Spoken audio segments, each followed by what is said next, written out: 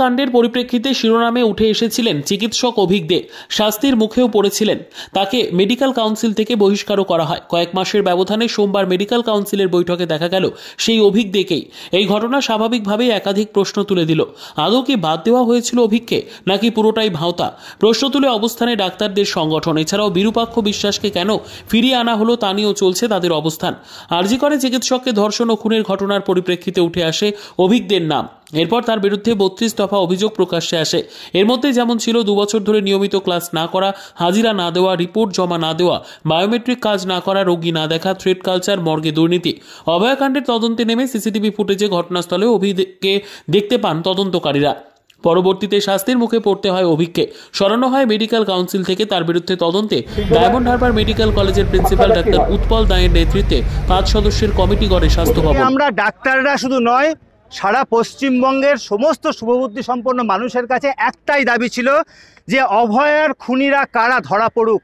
কলেজে কলেজে যারা থ্রেড কালচারের মাথা, তাদেরকে শাস্তি দেওয়া হোক। আর রাজ্য প্রশাসন এই যে থ্রেড কালচারের যারা মাথা, অভিক দে, বিরূপাক্ষ বিশ্বাস, এদেরকে তারা আবার রিইনস্টেট করতে চাইছে। ওয়েস্ট বেঙ্গল মেডিকেল কাউন্সিল তাতে তারা রেড কার্পেট দিয়ে নিয়ে আসতে চাইছে। তারা কি চাইছে কলেজে কলেজে থ্রেড কালচার বজায় থাকুক, আর একটা অভয়া হোক, আর একবার মানুষ জ্বলে পুড়ে যাক, তারপর তাদের শান্তি হবে?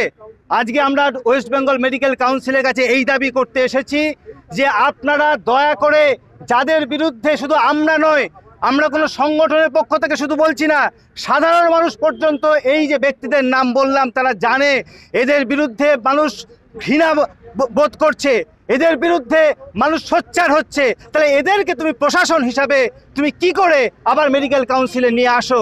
এবং মাননীয় মুখ্যমন্ত্রী পর্যন্ত এখনো পর্যন্ত তাদের বিরুদ্ধে যে শাস্তিমূলক ব্যবস্থাটা, সেই ব্যবস্থা নিচ্ছে না।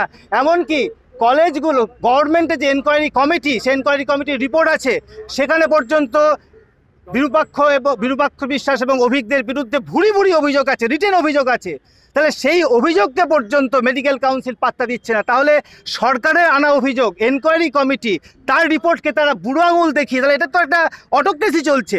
আর আজকে ডাক্তাররা যখন রাস্তায় নেমে প্রতিবাদ করছে, তখন এখানে শয়ে শয়ে পুলিশ ডাক্তারদের আটকাতে ব্যস্ত, ওদিকে অভিকদের বিরূপাক্ষর বিরুদ্ধে কোনো ব্যবস্থা নিচ্ছে না। আরেকটি অভিযোগ উঠছে, যখন এই ঘটনা ঘটে সেই সময় পুলিশের যেটা তাদের গায়ে হাত দিয়েছে পুলিশরা, এবং দু একজন নাকি ইনটক্সিকেটেড অবস্থাতেও ছিল, এটা অভিযোগ উঠছে। এই অভিযোগের ভিত্তিতে আপনার কোনো বক্তব্য? দেখুন, একটাই বিষয়, এখানে শান্তিপূর্ণভাবে একটা আন্দোলন হচ্ছে। কালকে সারা রাত ডাক্তাররা এখানে ঠান্ডার মধ্যে অবস্থান করেছে। সেখানে একটা ত্রিপল টাঙিয়ে রাত্রে যদি ঠান্ডা থেকে আটকানোর জন্য কেউ থাকে, সেটা কি খুব অগণতান্ত্রিক? আর অভয়ার মৃত্যুর বিচার হলো না, সেটা গণতান্ত্রিক? থ্রেড কালচারের মাথারা কলেজে কলেজে আবার ঘুরে বেড়াচ্ছে, থ্রেড দিতে শুরু করেছে, সেটা গণতান্ত্রিক? এই প্রশ্নটা আগে করতে চাইছি আমরা। এইটার আগে বিচার হোক। এই মেডিকেল কাউন্সিল, এটা কি কারোর ব্যক্তিগত সম্পত্তি? সেখানে ওই যারা অভিযুক্ত তাদেরকে রেড কার্পেট পেতে নিয়ে আসা হচ্ছে, এটা কি গণতান্ত্রিক?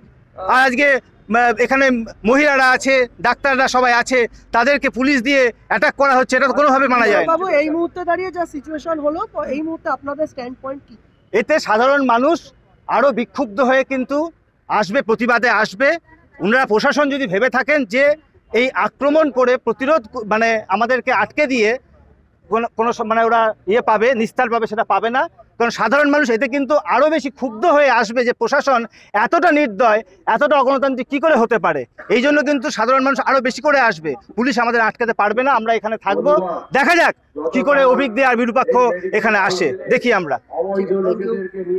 বিদ্যা, ব্যবসা, চাকরি, জটক বিচার, বিবাহ, পারিবারিক অশান্তি, সন্তান লাভ, বাস্তু সমস্যা, আরো যে কোনো সমস্যার সমাধানের একমাত্র সেরা ঠিকানা জ্যোতিষী প্রসাদ রায়। আর দেরি না করে আজই চলে আসুন প্রসাদ রায়ের কাছে। আমাদের ঠিকানা RC80 Bengal Ambuja city centre, Durgapur 16, near Jorhat rotary. Phone নম্বর 7407250555 অথবা 9064620441।